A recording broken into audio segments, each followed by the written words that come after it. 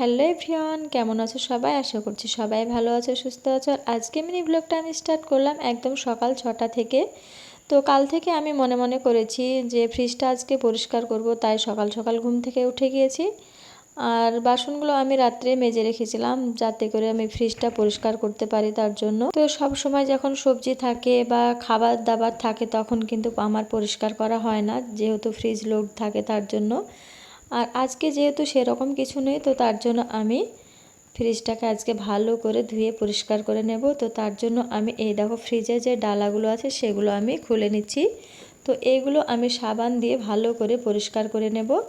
আর ভেতরটা আমি জল দিয়ে, তারপরে জলের মধ্যে আমি একটু লেবু চিপে দিয়ে তারপরে আমি ভালো করে এভাবে মুছে নিচ্ছি। এই দেখো, তো ফ্রিজটা সত্যি কথা বলতে গেলে ভীষণই নোংরা হয়েছিল। তো আমার বেশ কিছুদিন থেকেই ফ্রিজটা পরিষ্কার করা হয়ে ওঠেনি, আমি সময় পাইনি তার জন্য। তো ফ্রিজের মধ্যে যেগুলো ছিল সেগুলো আমি বের করে নিয়েছি। তো সবজির ঝুড়িতে সেই রকম সবজি ছিল না, ফুলকপি ছিল, তারপরে ছিল চাল কুমড়ো, আর ছিল করলা অল্প করে।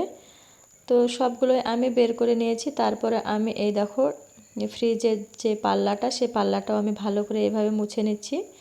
তো ফ্রিজ আমার একদম পরিষ্কার করে মোছা ধোয়া হয়ে গিয়েছে। এই দেখো, তো আমি যেটা যে জায়গা রাখার দরকার সেটা আমি রেখে দিচ্ছি। আর এই দেখো ফ্রিজের যে ডালার কাভারগুলো ছিল সেগুলো আমি দিয়ে দিচ্ছি এইভাবে। তো এই কাভারগুলো দিলে কিন্তু ফ্রিজের ডালাগুলো পরিষ্কার থাকে, ভালোভাবে ঝকঝকে থাকে। তো তার জন্য আমি দিয়ে দিই। আর এই কভারগুলো না দিলে কিন্তু ডালাগুলো একটু দাগ দাগ হয়ে যায়, তো তার জন্য আমি নিয়েছি। তো যাই হোক, চলো এদিকে আমার বক্সগুলো মোছা কমপ্লিট হয়ে গেছে, তারপরে আমি ঢুকিয়ে দিলাম। আর এখানে আছে আদা, একটাতে আছে লঙ্কা, আর আছে ধনিয়া পাতা। তো ফ্রিজ আমার একদম পরিষ্কার হয়ে গিয়েছে। তো যাই হোক, চলো আজ এ পর্যন্ত, ভালো থেকো সবাই, টাটা।